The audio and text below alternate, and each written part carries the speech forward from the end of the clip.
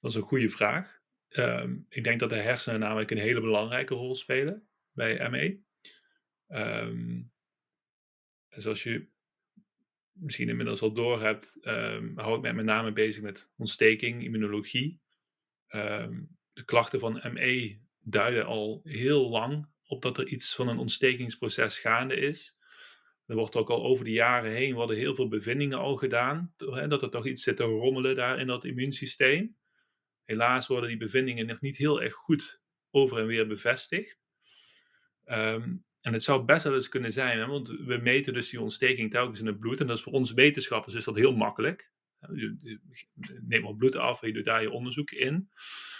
Maar het zou best wel eens kunnen zijn dat die ontsteking toch wat meer in het weefsel zit. En dat is wat moeilijker te onderzoeken.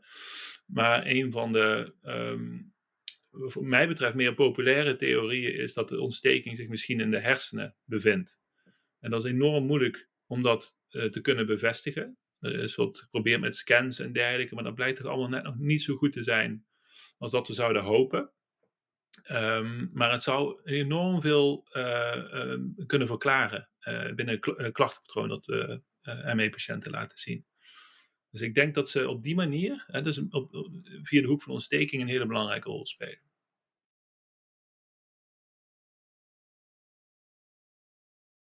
Op dit moment doen wij dat met hele gevoelige, echt steeds gevoeligere metingen eigenlijk in het bloed van de mensen. En waarbij we eigenlijk kijken naar onder andere afbraakproducten van bijvoorbeeld ontsteking in de hersenen, maar ook indicators van het perifere zenuwstelsel, het metabolisme en van reguliere ontsteking. En dat proberen we op dit moment te relateren aan een klachtenpatroon dat mensen laten zien. Dus we onderzoeken het wat breder op dit moment, maar we proberen heel actief samen te werken met mensen die bijvoorbeeld de hersenen van ME-patiënten in beeld willen brengen. En dat zijn echt de neurologische onderzoeken. En onlangs is bijvoorbeeld een mooi onderzoek goedgekeurd, waarbij met name de hersenen van post-COVID mensen worden onderzocht met een MRI-scan. Maar daar willen wij zeker bij aansluiten en kijken of we dat kunnen relateren aan wat wij bijvoorbeeld vinden in het bloed bij die mensen. Het probleem is met het onderzoeken van hersenen, is dat dat ontzettend moeilijk is op het gebied van ontsteking. Het is eigenlijk een soort van black box in het lichaam. Je komt er heel moeilijk bij. Je kan die afweercellen helaas niet eruit halen zonder iemand enorme schade toe te brengen. We, we zijn beperkt tot bloed en scans op dit moment. En die scans die zijn nog niet specifiek genoeg eigenlijk om precies aan te kunnen tonen wat ik zou willen aantonen.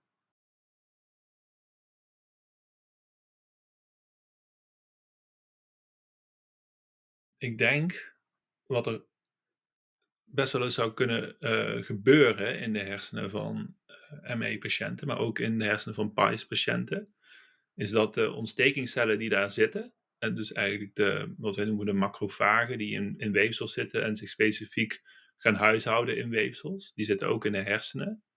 In de hersenen hebben ze alleen een langere levensduur vaak dan in andere weefsels. Maar wat ik denk is dat bepaalde triggers, zoals infecties, en daarom ben ik zo geïnteresseerd in die pies, dat die macrofagen kunnen veranderen in een profiel. En dat ze bijvoorbeeld wat sneller ontstekingsgericht reageren op anders normale prikkels. En dat kan zich resulteren in een laaggradige continue ontsteking. Maar het zou bijvoorbeeld ook kunnen zijn dat de ontstekingsreactiviteit gewoon omhoog gaat in de hersenen. En dat zou ook wel kunnen verklaren waarom een klachtenpatroon zo wiebelt en wisselt. En waarom zaken zoals PEM bijvoorbeeld kunnen opspelen.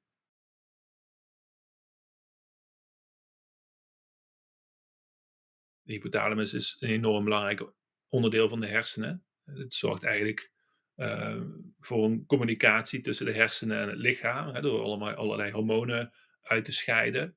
Ehm, en ja, als er dus toch een ontsteking gaande is in die hersenen en die dat de hypothalamus daarbij aangedaan is. En bij sommige mensen kan misschien ontsteking wat meer daar zitten, bij andere mensen zit die wat meer in de amygdala of een ander gedeelte van de hersenen.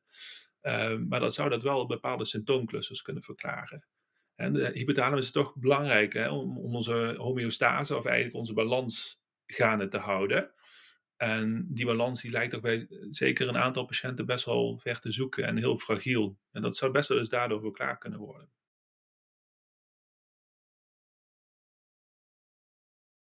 Het autonome zenuwstelsel speelt degelijk een rol in het klachtenpatroon van ME.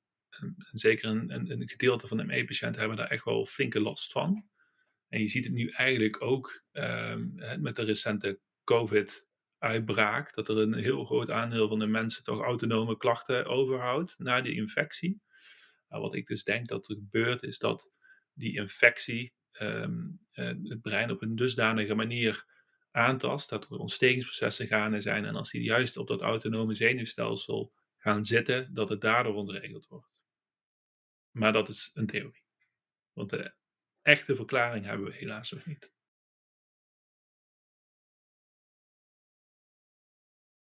De nervus vagus is weer zo'n belangrijk communicatiemiddel tussen de hersenen en het lichaam.